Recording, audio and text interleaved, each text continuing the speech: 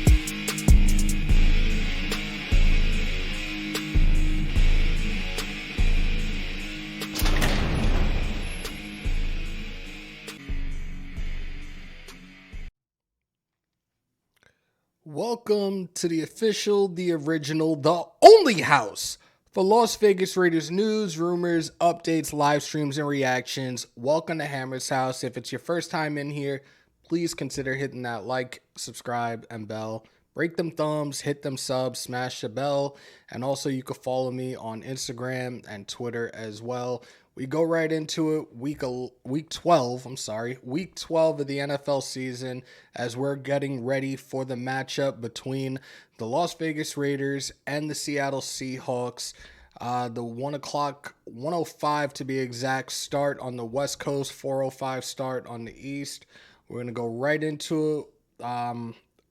The records, again, 3-7 for the Raiders, 6-4 for the Seattle Seahawks. They're just coming off of a bye week. They're tied for first place in the NFC West alongside the San Francisco 49ers. We are coming off of an OT thriller as DC connected to DA in overtime for a great win that puts us at 3-7 currently. We go right on into it with the Raiders by the numbers, and here it goes. 3.0, that's Derek Carr's touchdown to interception ratio right now, 15 touchdowns and only 5 interceptions. It is 7th best in the NFL currently. 7 is the total giveaways that the Raiders have had through the first 10 games. It's the fewest in the league so far this season. Crosby has recorded 2 sacks in the last 3 games. He's averaging 2 sacks in the last 3 games. He notched his 8th career game with at least 2 sacks, tied for 3rd most multi-sack games in the NFL since 2019. Josh Jacobs now has 930 rushing yards and 7 rushing touchdowns this season, becoming only the 10th player in NFL history with 850-plus rushing yards and 7-plus rushing touchdowns in each of his first 4 seasons. He is 70 yards away from rushing for 1,000 3 times in the first 4 years of his career. Will he have that milestone? We shall see this coming Sunday. Max Crosby, the number 63, he's off to his best start this season, totaling 63 tackles through 10 games. 63 total tackles leads the NFL amongst defensive linemen. Definitely a huge feat. Josh Jacobs has now eclipsed 4,000 career rushing yards, 4,017 to be exact, becoming only the 2nd player in franchise history to Marcus Allen to reach that milestone in the first 4 seasons. The number 9,000 in Week 11, Tay reached 9,046 career receiving yards, his 126th career game. He has become just the 5th player in NFL history to record 9,000 plus receiving yards and 80 plus receiving touchdowns in his first 126 career games, joining 4 Hall of Famers in the league to accomplish that feat. Let's go into it by the numbers. Again, this is going to be a very close game in my opinion. The way that we had the matchup info, it's offense versus defense. So here we go.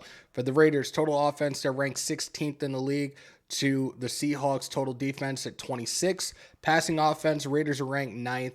Passing defense for Seattle is 21st. Rushing offense will rank 23rd. They're ranked 28th in rushing defense. Scoring offense will rank 16th. Points allowed, they are ranked 22nd with an average of 24 points per game. Sacks allowed, we're ranked 12th right now with giving up 22 sacks. They are ranked 14th with 27 on the season. Third down offense will rank 24th at 37%. Their third down defense is ranked 28th at 44.5%. Red zone offense, we're tied for 24th at 50%. They're ranked 23rd at 61.3. Giveaways, stated it before, we have the fewest in the league through the first 10 games of the season. We have given the ball away 7 times. They rank 5th in takeaways at 17. Let's flip it to the other side for us. Total defense, we rank 27th. The Seahawks rank 11th. Total defense, we rank 27th. Their total offense, they rank 11th. Again, Geno Smith, a quarterback that we did not expect to go off the way he has this year for Pete Carroll and the Seahawks, has done a phenomenal job for them.